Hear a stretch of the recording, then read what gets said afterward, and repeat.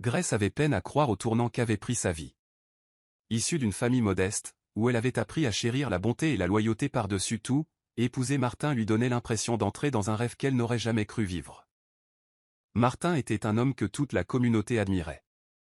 Un homme d'affaires en pleine ascension, dégageant une assurance qui remplissait chaque pièce où il pénétrait. Il avait un sourire qui charmait aussi bien les investisseurs que les amis, et une fortune qui semblait se multiplier de mois en mois. Le jour de leur mariage, Grace se tenait à ses côtés, le cœur gonflé d'amour et de gratitude, persuadée de tout son être d'avoir épousé son prince charmant. Elle repensait aux vœux échangés, à la façon dont il avait embrassé son front en murmurant qu'elle était tout son univers. Elle s'était alors promis de tout faire pour que leur mariage soit un havre de paix. Les premiers jours furent magiques. Ils voyagèrent, rirent librement, et il semblait attentif à ses moindres besoins. Grace croyait avoir été choisie par le destin pour vivre une histoire d'amour à l'épreuve du temps. Mais le rêve commença à s'estomper dans l'ombre aussi vite qu'il avait commencé. L'attention de Martin se dispersa. D'abord accaparée par ses affaires en pleine expansion, puis par d'autres distractions qu'elle ne savait nommer à l'époque. Il n'était plus pressé de rentrer pour passer du temps avec elle. Grace tentait de rationaliser la situation. Elle se disait que le succès exigeait des sacrifices et qu'elle devait être l'épouse compréhensive, celle qui laisse à son mari l'espace nécessaire pour poursuivre ses rêves. Lorsqu'il rentrait tard le soir, portant une légère odeur de parfum qui n'était pas la sienne, elle détournait le regard, préférant le silence à la confrontation.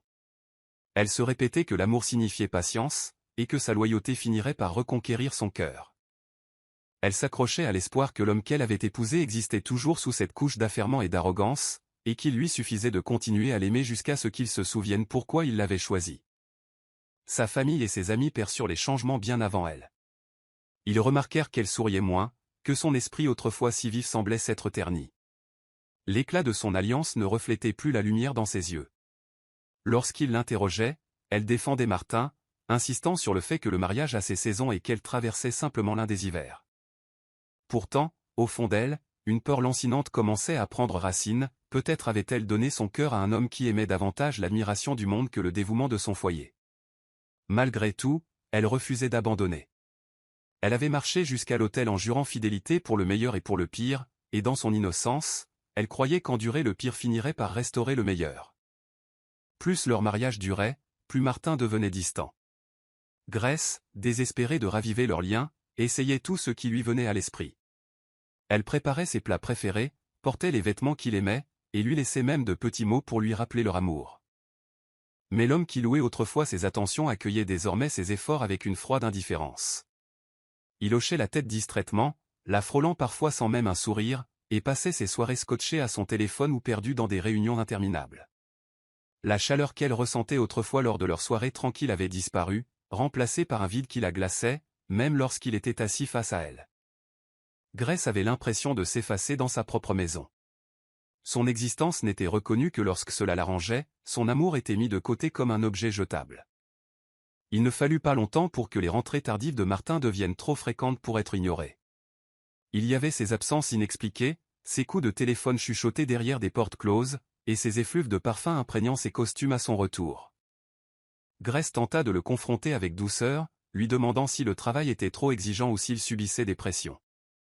Mais Martin s'emporta, l'accusant d'être trop soupçonneuse, trop collante. Ces mots la blessèrent profondément, car elle n'avait jamais voulu être un fardeau. Elle voulait simplement partager ses luttes, comme une épouse le devrait. Au lieu de cela, il la repoussait, se retirant davantage dans un monde où elle n'était plus la bienvenue. La plupart des nuits, Grace pleurait en silence, étouffant ses sanglots dans son oreiller pour que personne ne l'entende. Elle croyait encore qu'il était de son devoir de se battre pour son mariage, mais elle avait l'impression de boxer contre des ombres. Son adversaire était invisible, ses efforts futiles. Son cœur se serrait en réalisant qu'elle ne perdait pas seulement l'affection de Martin. Elle se perdait elle-même. Elle avait été si pleine de rêves, de rires et de chaleur avant de l'épouser. Mais aujourd'hui, elle se sentait dépouillée de toute joie. Elle portait le poids de sa froideur comme un manteau, feignant en public que tout allait bien, alors qu'à l'intérieur, elle s'effondrait sous le fardeau de la solitude. Les murs de leur maison, autrefois témoins de tendres promesses, ne renvoyaient plus que l'écho du silence. Et Grace se surprit à poser une question qu'elle n'aurait jamais imaginée, est-ce vraiment cela, l'amour ? Ou suis-je simplement la gardienne de vœux qu'il n'a jamais eu l'intention d'honorer? Le jour où Martin fit entrer une maîtresse dans leur maison fut le jour où le monde de Grèce se brisa irrémédiablement. Elle préparait le dîner, déterminée à créer une soirée chaleureuse pour lui rappeler la vie qu'ils avaient bâtie ensemble, lorsque la porte d'entrée s'ouvrit et qu'il entra, accompagné d'une femme. Grèce se figea, le cœur battant à tout rompre. La femme était vêtue de manière provocante, son rire fort et moqueur résonnant alors que Martin la guidait à l'intérieur avec l'aisance d'un homme qui ne voyait là aucun mal. Lorsque Grèce exigea une explication, Martin accueillit son choc avec un ricanement méprisant et dit froidement « Habitue-toi. C'est ma maison. Si ça ne te plaît pas, tu sais où est la sortie. » Les mots la frappèrent de plein fouet, comme un coup physique.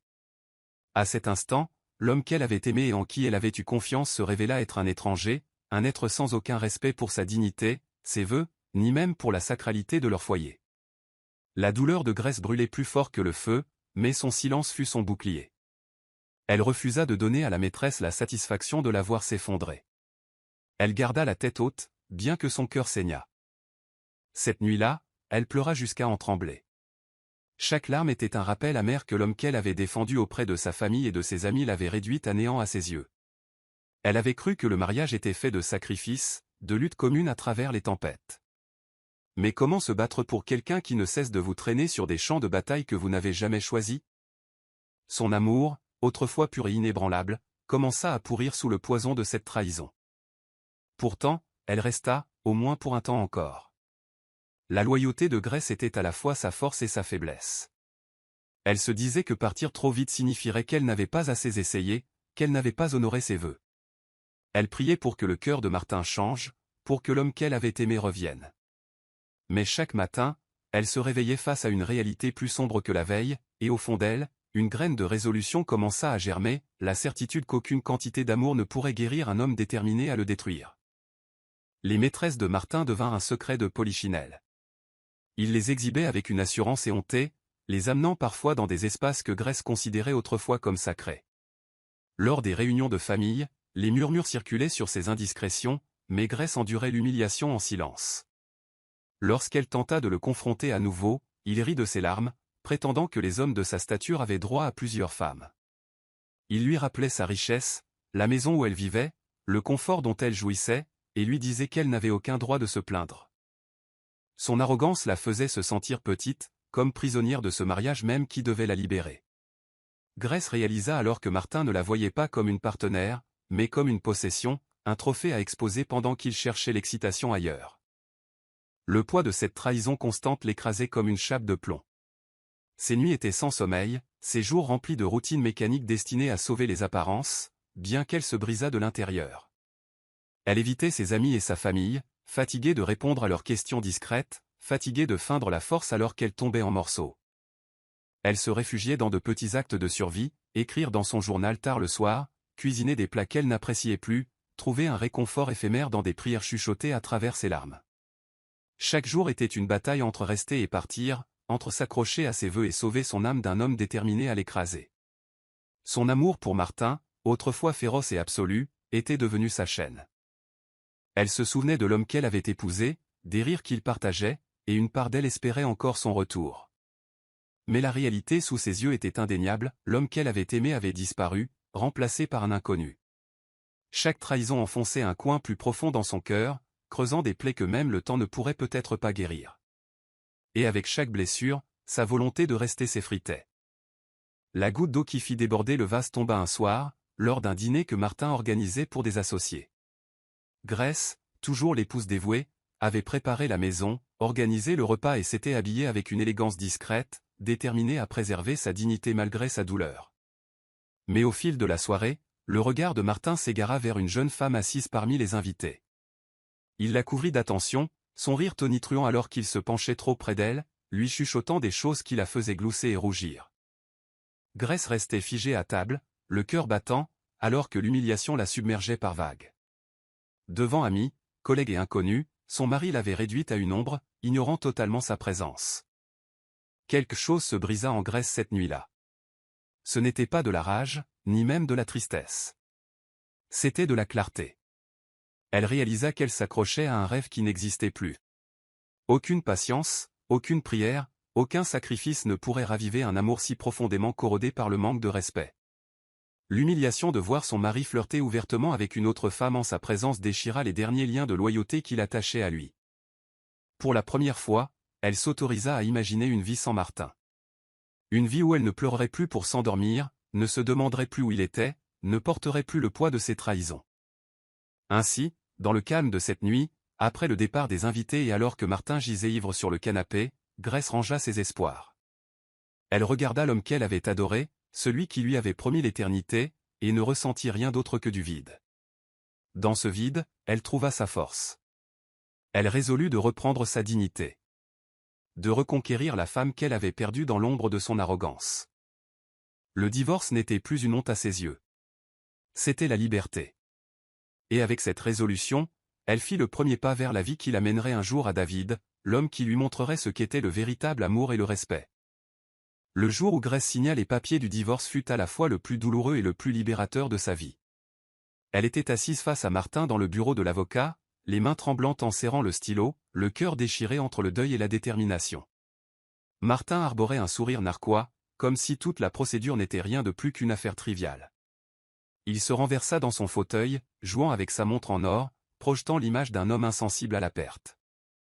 Grace eut envie de lui hurler dessus, de le secouer, d'exiger qu'il reconnaisse les années de douleur, d'humiliation et de trahison qu'il lui avait infligées. Mais elle savait que ce serait peine perdue. Son ego était trop grand, son cœur trop froid. Alors elle ravala sa douleur et signa, chaque trait de stylo coupant un dernier fil entre eux. Pour une femme qui avait cru haut, jusqu'à ce que la mort nous sépare, cela ressemblait à des funérailles. Mais cette fois, elle enterrait le mariage et les illusions auxquelles elle s'était accrochée bien trop longtemps. Aveuglé par l'orgueil, Martin croyait réellement avoir gagné. Il pensait que Grace reviendrait bientôt en rampant, brisée et pleine de regrets, suppliant pour une autre chance une fois qu'elle aurait réalisé ce qu'elle avait perdu. Pour lui, elle était trop dépendante, trop attachée émotionnellement, trop tendre pour vraiment partir. Lorsqu'il sortit du bureau de l'avocat en pavanant, il ne lui jeta même pas un regard en arrière. Mais Grace, assise calmement sur sa chaise, ne prévoyait pas de revenir.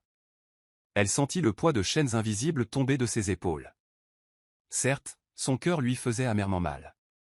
Certes, elle pleura en marchant vers sa voiture, la poitrine soulevée par les sanglots qu'elle avait tenté de contenir. Mais sous les larmes, il y avait une lueur qu'elle n'avait pas ressentie depuis des années, le soulagement. C'était la première fois qu'elle s'autorisait à imaginer la liberté. La première fois qu'elle admettait mériter mieux qu'une humiliation déguisée en mariage. Dans les semaines qui suivirent, la résolution de Grace fut mise à l'épreuve. La solitude de sa maison résonnait plus fort que jamais, et il y eut des nuits où elle faillit décrocher le téléphone pour appeler Martin, ne serait-ce que pour entendre une voix familière. Mais elle lutta, se rappelant les innombrables nuits où elle avait pleuré pendant qu'il était avec ses maîtresses, les insultes tranchantes qu'il lui avait lancées lorsqu'elle avait osé le confronter, le vide d'être invisible dans son propre mariage. À chaque rappel, sa force se solidifiait. Le divorce n'était pas son échec à elle. C'était le sien à lui, pour avoir failli à ses vœux. Grace commença à voir ses papiers non comme la fin de l'amour, mais comme le début de sa renaissance. L'année de guérison de Grace fut l'un des voyages les plus difficiles qu'elle eût jamais entrepris. Au début, le silence de sa vie était assourdissant.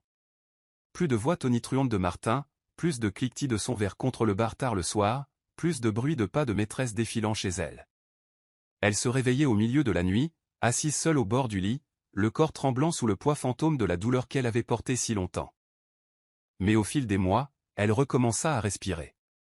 Elle se mit à tenir un journal, déversant chaque once de son chagrin et de sa frustration sur le papier, changeant ses larmes en encre et son cœur brisé en mots. Chaque page écrite était comme une couche de blessure qu'elle retirait, chaque confession une libération du poison qu'elle portait en elle. Lentement, Grace trouva du réconfort dans la solitude. Elle découvrit le pouvoir de marcher seule, de cuisiner juste pour elle-même, de rire à nouveau de petites joies qu'elle avait longtemps ignorées.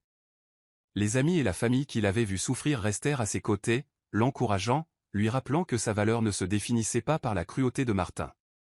Leurs mots devinrent un baume sur ses plaies. Pourtant, Grace luttait contre la culpabilité d'être partie, d'avoir brisé ses vœux, de ne plus être l'épouse parfaite qu'elle s'était promis d'être. Mais elle apprit à se pardonner, à comprendre que survivre n'était pas trahir, et que s'éloigner d'un amour toxique n'était pas une faiblesse, mais du courage. C'est dans cette saison de pardon envers elle-même que Grace commença à guérir. Elle devint bénévole dans un groupe de femmes locales, utilisant discrètement son histoire pour en inspirer d'autres, sans jamais trop entrer dans les détails. Elle trouva l'apaisement en voyant d'autres femmes reconquérir leur dignité et, en les aidant, elle reconquit inconsciemment la sienne. Cette année la transforma en une personne nouvelle. Grace, qui avait vécu dans l'ombre de l'arrogance de Martin, commença à briller de sa propre lumière. Elle se portait avec une force tranquille, son rire revenait, son esprit n'était plus enchaîné par la honte. Les gens remarquèrent le changement, la grâce calme dans ses yeux, la confiance subtile dans son sourire. Elle n'avait plus besoin de la validation de Martin, ne désirait plus son approbation. Elle apprenait que le bonheur n'était pas donné par quelqu'un d'autre, il se construisait de l'intérieur. Et bien qu'elle ne le sût pas encore, sa guérison la préparait pour l'homme qui, un jour, lui apprendrait ce qu'était le véritable amour et le respect. C'est par un chaud après-midi de samedi, lors d'un événement communautaire, que Grace rencontra David pour la première fois. Elle n'avait pas voulu y aller. La foule l'oppressait encore, et elle craignait souvent les murmures de ceux qui en savaient trop sur son passé. Mais une amie proche l'avait persuadée, insistant sur le fait qu'elle méritait de vivre à nouveau, de sourire sans crainte du jugement. Alors qu'elle déambulait dans la foule animée, elle heurta David, un homme grand et calme, dégageant une aura d'assurance tranquille. Leur présentation fut simple, rien de dramatique, une excuse, un sourire et un bref échange de noms. Pourtant, il y avait quelque chose dans ses yeux qui la désarma, un respect, une sincérité, une douceur qu'elle avait depuis longtemps oublié exister chez les hommes. David, contrairement à Martin, n'était ni vantard ni bruyant. Il lui posait des questions, non par obligation, mais avec un intérêt véritable. Il écoutait, se penchant légèrement vers elle comme si ses mots avaient du poids. Grace, peu habituée à une telle attention, se sentit à la fois troublée et étrangement réconfortée. Ils parlèrent de choses ordinaires, la météo, la nourriture de l'événement, des connaissances communes. Mais sous la conversation banale, elle sentit un étrange remous dans son cœur. Elle ne voulait pas l'admettre, mais elle remarquait comment il la regardait, pas comme une possession, pas comme quelqu'un à dominer, mais comme une femme avec des pensées, des émotions et de la valeur. C'était un regard qui l'honorait, et cela la bouleversa de la manière la plus salutaire qui soit. Pendant des semaines, ils continuèrent de se croiser, au marché, à l'église, lors de promenades tranquilles dans le quartier. Chaque rencontre semblait fortuite, pourtant chacune laissait Grace plus légère qu'avant. Elle se surprenait à sourire après leur discussion, rejouant ses paroles dans son esprit, notant comment il la faisait rire sans trop d'efforts. Elle se disait que ce n'était rien, qu'elle n'était pas prête à aimer de nouveau, mais son cœur murmurait le contraire. Doucement, sans qu'elle s'en rende compte, David plantait des graines d'espoir dans un sol qu'elle croyait stérile depuis longtemps. La cour que David fit à Grace ne fut ni précipitée ni forcée. Il avançait avec patience, comme un homme qui comprenait que les cœurs brisés guérissent lentement. Il ne la pressa jamais pour obtenir plus qu'elle n'était prête à donner, n'exigea jamais son temps, ne lui fit jamais sentir qu'elle lui devait quoi que ce soit. Au contraire, il bâtit la confiance, brique par brique, se manifestant par de petites attentions, porter ses courses, prendre de ses nouvelles après de longues journées, partager des repas où la conversation coulait comme de l'eau claire. Grace, bien que prudente, se sentit s'adoucir à son contact. Sa présence devint un refuge, un abri contre les tempêtes qu'elle avait endurées. Elle recommença à rire, d'un rire véritable qui jaillissait du fond de son âme. Et chaque fois qu'elle le faisait, David souriait comme un homme contemplant le lever du soleil après une longue nuit. Mais même alors que l'amour fleurissait, Grace luttait contre la peur. Les souvenirs de Martin la hantaient, son arrogance, ses trahisons, son mépris. Elle craignait de commettre une autre erreur, de donner son cœur à un homme qui pourrait un jour le piétiner à nouveau.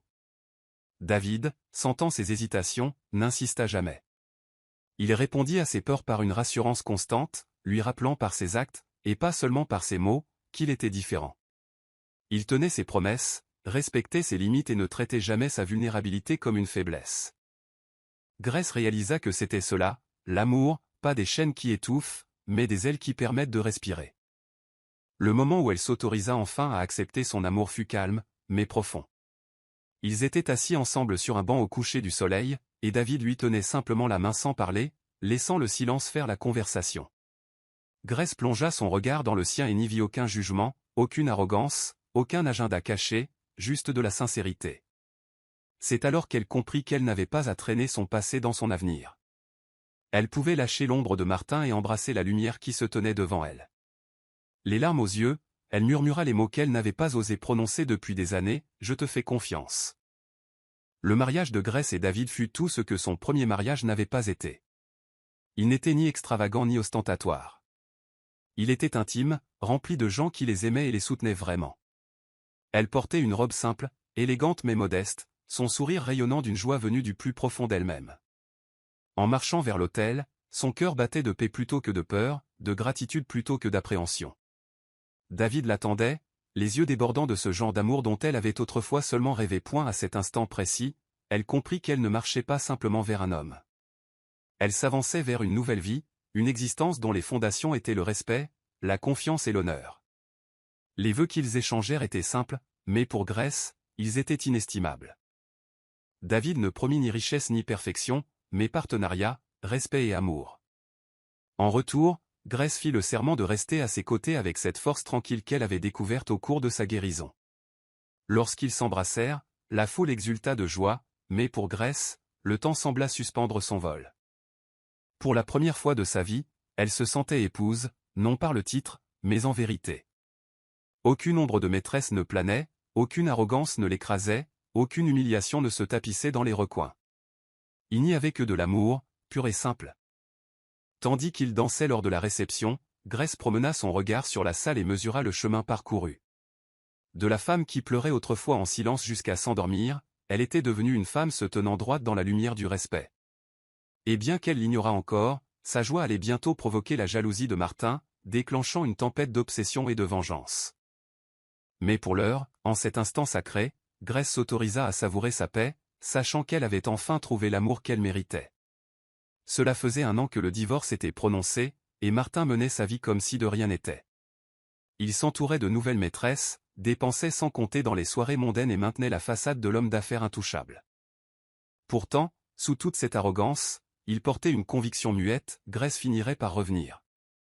Dans son esprit, elle ne pourrait jamais vraiment survivre sans lui, l'homme qui lui avait offert richesse et statut.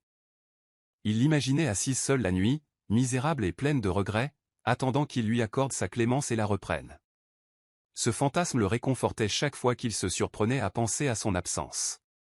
Mais tout vola en éclats le jour où il apprit qu'elle avait non seulement tourné la page, mais qu'elle s'était remariée à un homme nommé David. Lorsqu'il la vit de nouveau, marchant main dans la main avec son nouveau mari, rayonnante d'un bonheur qu'il ne lui avait jamais connu même lors de leurs meilleurs jours, quelque chose se brisa en lui. L'arrogance qui protégeait jadis son orgueil était désormais empoisonnée par la jalousie. Martin ne pouvait comprendre comment Grace, la femme qu'il pensait posséder, pouvait rire avec tant d'insouciance dans les bras d'un autre. Il se mit à faire une fixation sur David, se comparant à lui dans un silence amer, se disant que Grace s'était contentée de moins bien. Il se convainquit que David était faible, bien moins riche, moins puissant, moins autoritaire. Pourtant, la paix dans le regard de Grace le narguait. C'était la seule chose que toutes ses richesses et son arrogance n'avaient jamais pu lui offrir. Cette réalisation l'enrageait, l'enfonçant davantage dans le déni. Il ne pouvait accepter qu'un autre homme puisse lui donner ce que lui avait refusé d'offrir. Il choisit plutôt de croire qu'il s'agissait d'une illusion temporaire, et sa mission devint claire, il détruirait leur mariage, prouverait que personne d'autre ne pouvait la rendre heureuse, et reprendrait le contrôle qu'il estimait lui revenir de droit. Dès ce moment, la vie de Martin changea de cap. Là où ses journées étaient autrefois remplies de réunions et de plans d'expansion, elles étaient désormais consumées par des pensées obsédantes sur Grace et David. Il ne se souciait plus des bilans sur son bureau ni des investisseurs réclamant des nouvelles. Les membres de son conseil d'administration remarquèrent son absence d'esprit, mais il les écarta, prétendant être en mode stratégie. En vérité, il ne complotait pas pour son entreprise, mais pour sa vengeance. Il commença à fouiller dans le passé de David, engageant des détectives privés pour déterrer tout ce qui pourrait être utilisé contre lui. Son obsession devint sa boussole, le menant sur un chemin sombre où le succès ne comptait plus, seul importait la destruction. La première arme de Martin ne fut pas l'affrontement direct, mais la rumeur. Il connaissait le pouvoir des murmures, leur capacité à ronger la confiance silencieusement, tels des termites fragilisant les fondations d'une maison. Il commença à distiller des histoires dans la communauté, affirmant que David n'avait pas épousé Grace par amour, mais pour son statut, qu'il la voyait comme un moyen d'entrer dans des cercles qui lui étaient inaccessibles. Il soudoya quelques mauvaises langues pour propager ses mensonges plus loin, les glissant aux oreilles d'amis, de voisins et même de parents éloignés. Bientôt, les commérages se répandirent comme une traînée de poudre, et partout où Grace allait, elle sentait les regards curieux, les sourires entendus, les conversations feutrées dans son dos. Au début, Grace fut déstabilisée. Après des années d'humiliation sous le joug de Martin, elle était sensible à la perception publique, et entendre ces murmures de doute griffait son cœur en guérison. Elle se demandait si David les remarquait aussi, s'il se lasserait de ces chuchotements constants. Mais lorsqu'elle lui en parla, David se contenta de sourire doucement en lui prenant les mains. Il lui dit que les mensonges ne pouvaient blesser que s'ils étaient plus forts que la vérité, et que la vérité de leur amour était inébranlable. Son calme l'apaisa et, ensemble, ils choisirent de ne pas dignifier les rumeurs par une réponse. Au lieu de cela, ils marchèrent fièrement main dans la main, leur silence étant une réponse plus éloquente que n'importe quel mot. Grace s'émerveillait de voir à quel point la vie était différente avec David. Là où Martin avait utilisé l'arrogance pour l'humilier, David utilisait une force tranquille pour la protéger. Martin, cependant, prit leur silence pour des fissures dans leur couple. Il se félicita, croyant que son plan fonctionnait. Il redoubla d'efforts, poussant les rumeurs plus loin, engageant des comptes anonymes pour répandre des histoires dans les cercles d'affaires, et semant même la discorde lors des rassemblements à l'église où Grace et David étaient admirés. Mais à son grand désarroi, au lieu de s'effondrer, le mariage du couple sembla briller davantage. Les gens commencèrent à remarquer comment ils ignoraient les murmures, comment ils s'appuyaient l'un sur l'autre au lieu de se détourner. Certains prirent même leur défense publiquement, louant leur sang-froid. La propre réputation de Martin commença à vaciller par contraste.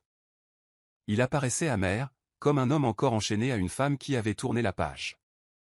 Son arme de rumeur se retournait contre lui, mais il était trop aveuglé par l'obsession pour le voir. Frustré par l'échec des ragots, Martin intensifia ses manigances. Il décida d'utiliser la même arme qu'il avait jadis brandie contre Grace durant leur mariage, les maîtresses. Il contacta l'une de ses anciennes amantes, une femme rusée qui se nourrissait du chaos, et lui offrit de l'argent pour séduire David. Le plan était simple. Si David cédait à la tentation, le mariage de Grace s'effondrerait exactement comme Martin l'avait prédit.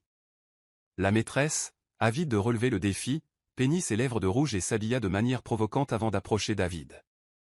Elle orchestra une rencontre fortuite, le bousculant délibérément dans le hall d'un hôtel et feignant la détresse, espérant l'attirer dans ses filets. Mais David n'était pas Martin. Il perça son jeu presque immédiatement et, au lieu de succomber, il la confronta sans détour. Avec fermeté, il lui dit qu'il aimait sa femme et qu'aucune beauté ni tentation ne pourrait ébranler sa loyauté. Il l'avertit de ne plus jamais l'approcher, son autorité calme la faisant se recroqueviller sous son regard. David rentra ensuite chez lui et raconta tout à Grace, sans omettre un seul détail. En l'écoutant, Grace ressentit un étrange mélange de colère et de soulagement, colère que Martin puisse tomber si bas, mais soulagement d'avoir épousé un homme qui plaçait l'honnêteté au-dessus de l'orgueil. Elle rit amèrement, réalisant à quel point Martin était devenu prévisible, s'accrochant toujours aux mêmes outils qui avaient autrefois détruit leur mariage. Lorsque la nouvelle de l'échec de la maîtresse parvint à Martin, il explosa de rage. Il s'était attendu à ce que David tombe facilement, convaincu qu'aucun homme ne pouvait résister à la tentation. Au lieu de cela, son plan avait prouvé la loyauté de David au-delà de tout doute.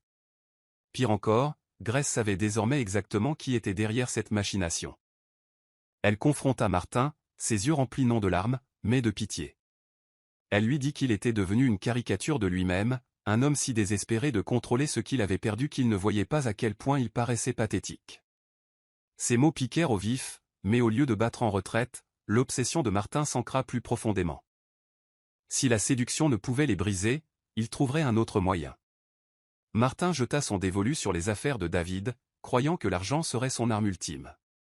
Il commença à soudoyer des fournisseurs pour retarder les livraisons, murmurant des mensonges aux clients sur le manque de fiabilité de David, et semant le doute parmi ses partenaires. Pendant un temps, il sembla que son sabotage pouvait fonctionner, des contrats furent retardés et David fit face à des défis soudains. Martin exultait en privé, convaincu que sans sa richesse et son influence, David ne pourrait jamais assurer le bonheur de Grace. Mais ce que Martin n'avait pas compris, c'est que le plus grand atout de David n'était pas son argent, mais son intégrité. Les clients qui le connaissaient bien choisirent la loyauté plutôt que les mensonges, et lentement, les attaques perdirent de leur virulence. David traversa la tempête avec une persévérance tranquille, tandis que Grace se tenait fermement à ses côtés. Ce que Martin n'avait pas anticipé, c'était le coup de son obsession. Tandis qu'il passait ses journées à comploter contre David, il négligeait son propre empire. Les réunions du conseil étaient délaissées, les appels des investisseurs restaient sans réponse et les employés étaient laissés sans direction. Son absence se fit immédiatement sentir, les projets stagnaient, les délais n'étaient pas tenus et des murmures commençaient à circuler dans les milieux d'affaires sur le déclin de son leadership. Pour la première fois depuis des années, des fissures apparurent dans son empire jadis intouchable. Les investisseurs, qui s'étaient autrefois pressés vers lui, commencèrent à se retirer, et les concurrents profitèrent de sa distraction. Martin balaya tout cela d'un revers de main, se convainquant que c'était temporaire. Mais au fond, il savait que son château de cartes commençait à trembler. L'ironie du sort était cruelle, mais poétique, ses tentatives de ruiner la subsistance de David détruisaient la sienne. Il était trop aveuglé par l'obsession pour voir que chaque heure passée à comploter était une heure volée à son entreprise. Son empire, bâti avec précision et une discipline impitoyable, pourrissait désormais sous le poids de la négligence. Grace et David, pendant ce temps, se rapprochaient, unis par les tempêtes qu'ils affrontaient. Plus Martin attaquait, plus il devenait résilient, tandis qu'il restait debout sur un sol instable, regardant l'empire qu'il avait vénéré commencer à lui glisser entre les doigts. Lorsque les intrigues et le sabotage échouèrent, Martin céda au désespoir. Il organisa une rencontre avec Grace sous prétexte de discuter d'affaires inachevées. Mais son véritable but était de la supplier de revenir. Assis face à elle dans un café calme, il laissa tomber le masque de l'arrogance et tenta de jouer le rôle de l'homme brisé. Il lui dit qu'il se sentait seul, qu'il avait fait des erreurs, qu'il l'aimait encore. Sa voix, qui résonnait autrefois avec assurance, était maintenant plus douce, presque implorante. Pour la première fois, il montrait de la vulnérabilité, mais elle était entachée de manipulation. Il ne cherchait pas le pardon. Il cherchait le contrôle. Il lui promit la richesse, le confort, et même une chance d'effacer le passé si seulement elle quittait David pour revenir vers lui. Grace écouta en silence, le visage impassible. Une partie d'elle, des années auparavant, aurait pu fondre à ses paroles, aurait pu s'accrocher à l'espoir d'une réconciliation, mais plus maintenant. Elle se souvenait des nuits où il l'avait humiliée, des maîtresses qu'il avait paradées devant elle, des innombrables larmes qu'elle avait versées pendant qu'il se moquait de sa douleur. Et maintenant, assise face à lui, elle réalisa qu'elle ne ressentait rien, ni amour, ni désir, seulement de la pitié. Lorsqu'elle prit enfin la parole, sa voix était calme mais ferme. Elle lui dit que l'amour sans respect est une prison et qu'elle ne retournerait jamais à ses chaînes. Elle lui dit que David lui avait donné quelque chose que Martin ne pourrait jamais offrir, la paix. Et la paix n'a pas de prix. Son refus brisa le mince fil d'espoir auquel Martin s'accrochait. Son visage se tordit de colère, le masque de vulnérabilité tombant pour révéler la même arrogance qu'elle avait toujours connue. Il l'accusa d'être ingrate, d'avoir trahi les vœux qu'il partageait autrefois, d'avoir choisi un homme moindre que lui. Mais Grace se contenta de se lever, d'ajuster son sac sur son épaule et de s'éloigner sans se retourner. À cet instant, l'obsession de Martin passa des suppliques désespérées à une rage venimeuse. S'il ne pouvait pas la voir, se jura-t-il, alors personne ne l'aurait. Et avec ce serment, sa route vers la ruine totale fut scellée. À chaque tentative ratée, le désespoir de Martin vira à la folie. Il se convainquit que si Grace pouvait seulement croire que David était infidèle, elle s'effondrerait comme elle l'avait fait autrefois sous ses propres trahisons. Il concocta donc son plan le plus élaboré à ce jour, fabriquant de fausses preuves de l'infidélité supposée de David. Il engagea des hommes experts en manipulation pour créer de fausses photographies, des images granuleuses mais convaincantes de David avec une autre femme. Il paya même quelqu'un pour falsifier des SMS, soigneusement rédigés pour ressembler à des échanges secrets entre David et une maîtresse. Lorsque le dossier falsifié fut complet, Martin le glissa sur le chemin de Grace, faisant croire qu'elle était tombée par hasard sur une preuve accablante de trahison. Il imaginait la dévastation sur son visage, les disputes qui s'ensuivraient, les fissures qui s'élargiraient jusqu'à ce que son mariage s'effondre entièrement. Lorsque Grace vit les preuves pour la première fois, son cœur manqua un battement. Les photographies, bien que floues, portaient la ressemblance de David, et les mots dans les textes fabriqués reflétaient le ton de l'infidélité qu'elle avait jadis endurée avec Martin. Pendant un instant, la peur la saisit. Les souvenirs de l'humiliation refluèrent, les innombrables nuits passées éveillées à se demander où était Martin, la brûlure d'être ignoré pendant qu'il s'affichait avec d'autres femmes, la douleur suffocante de la trahison. Son corps tremblait alors qu'elle serrait les papiers, son souffle court, sa poitrine serrée. Mais contrairement à la femme qu'elle avait été, elle ne se noya plus dans le silence et les larmes. Au lieu d'exploser de colère ou de sombrer dans le désespoir, elle fit le choix de la confiance.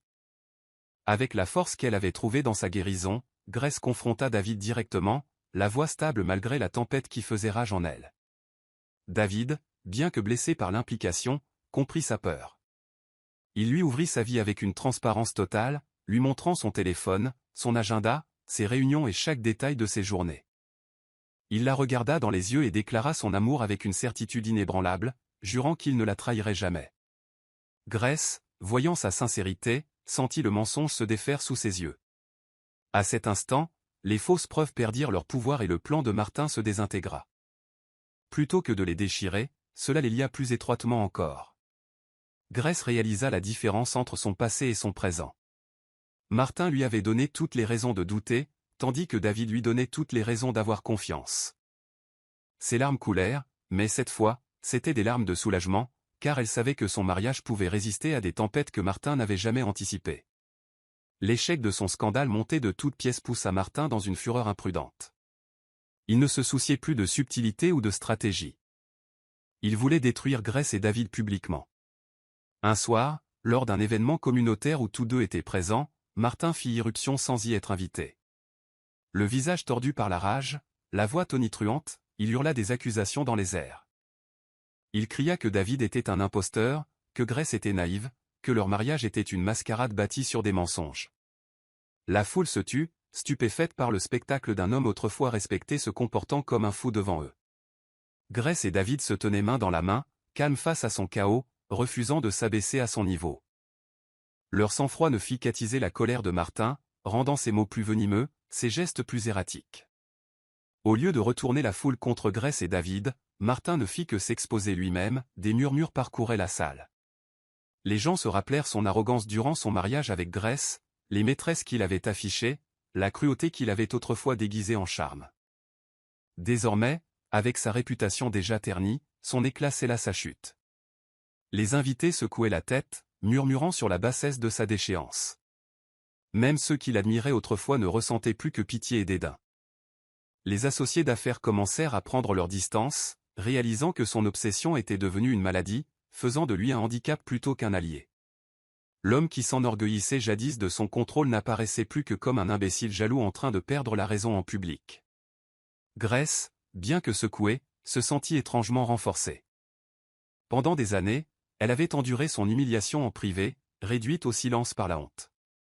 Maintenant, devant le monde entier, son vrai caractère était mis à nu. Elle n'avait pas besoin de se défendre, ni de défendre son mari. Le comportement de Martin parlait plus fort que n'importe quel mot. Elle se tenait droite, sa main fermement serrée dans celle de David, son silence plus digne que ses cris. Et lorsqu'ils se détournèrent pour partir ensemble, laissant Martin vitupérer dans le vide, la foule les suivit du regard avec admiration, tandis que Martin restait seul, un homme consumé par sa propre amertume. L'humiliation n'étancha pas l'obsession de Martin. Au contraire, elle le poussa à son dernier acte désespéré. Il coinça Grace un soir, loin de la sécurité de la présence de David, et lui fit une offre qu'il croyait impossible à refuser. Les mains tremblantes et les yeux fous, il lui promit tout ce qu'elle pourrait jamais désirer. Des maisons, des voitures de luxe, des comptes remplis d'argent, une vie de confort sans fin. Il dit qu'il changerait, qu'il pouvait effacer le passé, qu'il pouvait faire d'elle la reine d'une vie encore plus riche qu'avant. Sa voix se brisait de désespoir, ses mots se déversant en un torrent de peur et de désir. Il la supplia de ne pas jeter l'histoire qu'il partageait, insistant sur le fait que David ne pourrait jamais lui offrir ce que lui pouvait. Grace écouta, le cœur lourd à la fois de pitié et de dégoût. Autrefois, elle se serait accrochée à la promesse du changement. Autrefois, elle aurait laissé sa loyauté l'emporter sur sa douleur. Mais la femme qui se tenait devant Martin n'était plus celle qu'il avait brisée des années auparavant. Elle s'était reconstruite, pierre par pierre, dans les bras du respect et de la dignité. Elle le regarda dans les yeux et n'y vit pas de l'amour, mais du contrôle, pas de remords, mais de la manipulation. Elle prit une profonde inspiration, sa voix stable alors qu'elle lui disait la vérité. « Tu m'as donné la richesse, Martin, mais tu ne m'as jamais donné le respect. David m'a donné ce que toutes tes richesses ne pouvaient pas acheter, la paix. Et la paix n'a pas de prix. Je ne reviendrai jamais vers toi. » Ces mots coupèrent plus profondément que n'importe quelle insulte, car il le dépouillait de l'illusion que son argent pouvait racheter ce qu'il avait perdu. Le visage de Martin se tordit de fureur alors que son rejet le transperçait. Il hurla, la traita d'ingrate, lança des insultes destinées à blesser, mais Grace resta impassible. Elle tourna les talons et s'éloigna, le dos droit, la dignité intacte, le laissant s'effondrer dans sa propre rage. Pour la première fois, il réalisa qu'aucune somme d'argent, aucun marché désespéré, aucune manipulation ne pourrait la ramener. Il l'avait perdue pour toujours, non pas au profit de l'argent ou du pouvoir d'un autre homme, mais au profit de l'amour d'un autre homme, un amour bâti sur le respect. Alors que l'obsession de Martin le dévorait, son empire commercial s'effondra comme un château de sable. L'entreprise qui l'avait rendu intouchable était désormais au bord de la ruine. Les investisseurs retirèrent leur soutien, citant l'instabilité de son leadership. Les membres du conseil démissionnèrent, lassés de sa négligence et de son comportement erratique. Les projets échouèrent, les partenariats furent dissous et les concurrents saisirent les opportunités qu'il avait laissées sans surveillance. Plus il rageait contre Grace et David, moins il accordait d'attention à l'empire qu'il avait bâti, et bientôt, les fissures s'élargirent jusqu'à l'effondrement total. Les gros titres qui faisaient autrefois son éloge parlaient maintenant de sa chute, son nom entaché par le scandale, sa réputation brisée au-delà de toute réparation. Les maîtresses, qui avaient jadis afflué vers lui pour la richesse et le statut, l'abandonnèrent à mesure que l'argent se tarissait. Les amis qui avaient loué son arrogance prirent leur distance, refusant d'être entraînés dans sa chute. Martin se retrouva seul dans un manoir qui semblait vide, assis dans le silence avec rien d'autre que les souvenirs de la femme qu'il avait perdue. Sa chute ne fut pas soudaine mais graduelle, chaque échec s'empilant sur le précédent jusqu'à ce qu'il ne reste plus rien à sauver. L'homme qui marchait autrefois la tête haute, qui affichait son pouvoir et se moquait de la femme qu'il aimait, était désormais réduit à l'ombre de lui-même. Il avait troqué son empire pour une obsession, sa fierté pour la pitié, son avenir pour une guerre qu'il ne pouvait jamais gagner. Dans le calme de sa solitude, Martin fut forcé d'affronter la vérité qu'il avait longtemps niée. Il n'avait pas perdu Grace parce qu'elle était faible ou déloyale. Il l'avait perdue parce qu'il avait refusé de la traiter comme un être humain, parce qu'il avait troqué le respect pour l'arrogance et l'amour pour l'égoïsme. Sa tentative de ruiner son mariage l'avait ruiné lui-même, et l'ironie était presque poétique. Pour chaque plan qu'il avait conçu, chaque complot qu'il avait exécuté, la seule vie qu'il avait réussi à détruire était la sienne. Tandis que Martin sombrait dans la ruine, Grace s'épanouissait dans la paix.